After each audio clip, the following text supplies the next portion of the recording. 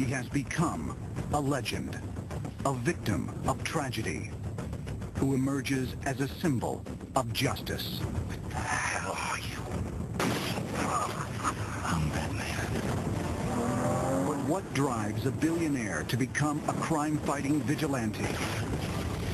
You got an angry man in pain, seeking purpose in his life. And how do Batman's motivations reflect our own? He is struggling with the very things that you and I struggle with every day.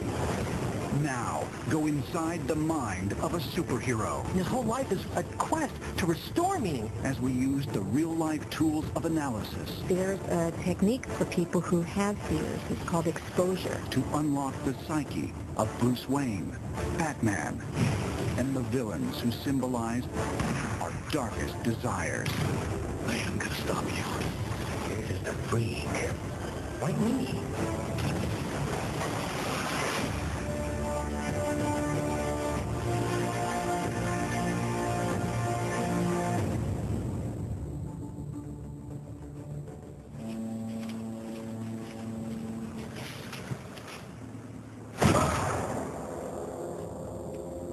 Hey. Nice.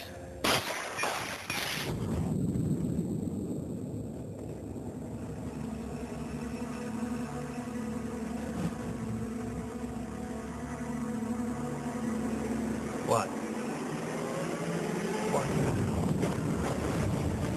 Crime fighter, avenger, vigilante, hero. Batman is as complex as he is contradictory. Rachel's told me everything about you. I certainly hope not. Exploring his character can be a revealing test for the viewer. Because in Batman, we can find the heroism, the fear, and the darkness inside us all. The brainchild of creator Bob Kane, Batman debuted in the pages of Detective Comics in 1939. It was the decade of the Great Depression, urban expansion, and violent crime. Since then, billionaire Bruce Wayne and his masked alter ego have been shown as everything from a mob-crushing crime fighter to a kid-friendly superhero. But by the end of the 20th century, Batman had taken on a darker, grittier, and more realistic tone, as writers and filmmakers began adding layers of psychological motivation. In the 2005 motion picture Batman Begins, one of the keys to understanding Batman's psychology lies in a universal emotion: fear.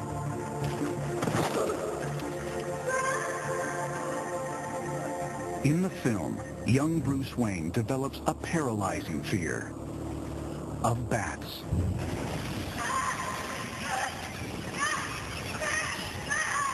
Took quite a fall, didn't we, Master Bruce? And why do we fall, Bruce? So we can learn to pick ourselves up. Fear is one of the fundamental psychologies of childhood, and learning how to deal with the fact that we will be afraid, but we will go on to do things despite our fears. You know why they attacked you, don't you? They were afraid of you. Afraid of me? All creatures feel fear, Even the scary ones. especially the scary ones. One of the interesting things about Batman Begins is it gave us a little more glimpse into the young Bruce Wayne. He tends to be a fearful and anxious kid, which is a very interesting choice in temperament to give him. It's almost like he's starting to have a panic attack in the play where it's a callback to the bats when he fell in the bat cave.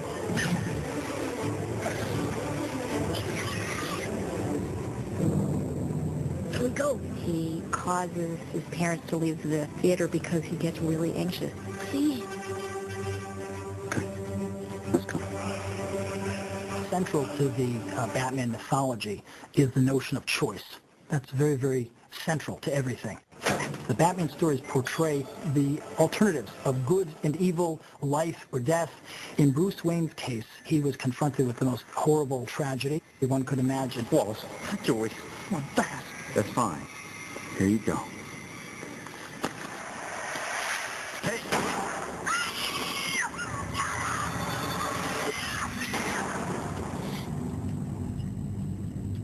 Bruce Wayne is a very plausible character psychologically. Kids generally, even if they're not directly responsible for some terrible event, generally personalize the event and take responsibility for it. Don't be afraid.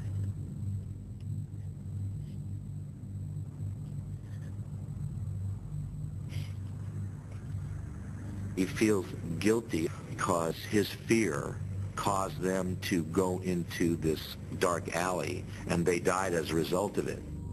The death of Bruce Wayne's parents is an integral part of the Batman mythology and was first depicted in the November 1939 issue of Detective Comics. It has continued to be incorporated into almost every telling and retelling of his early history. Here's a kid who, at a very early age, learned that security is temporary, it's fragile. It was my fault, Alfred. I made you see this. If I hadn't gotten scared. It was nothing that you did. It was him. It raises a question, which is, am I ever going to be secure? Can I ever trust anybody who won't also be taken away? I miss him, Alfred. And Bruce Wayne is a person who essentially has answered that question, I'm never going to be safe, so I better take matters into my own hands. Rachel, this man killed my parents. I cannot let that pass. You have the ultimate psychological moment of Batman.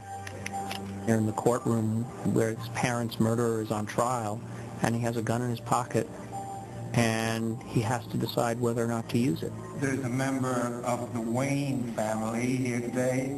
Has he got anything to say? That's the character's moment of growth and judgment.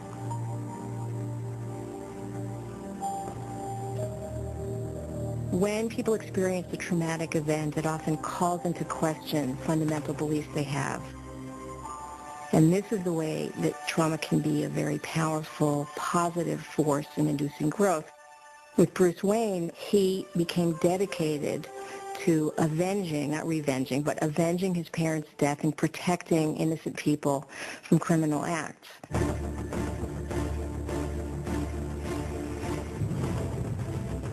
And many people, in fact, who've experienced the trauma go on and become social activists in some way. What are you seeking?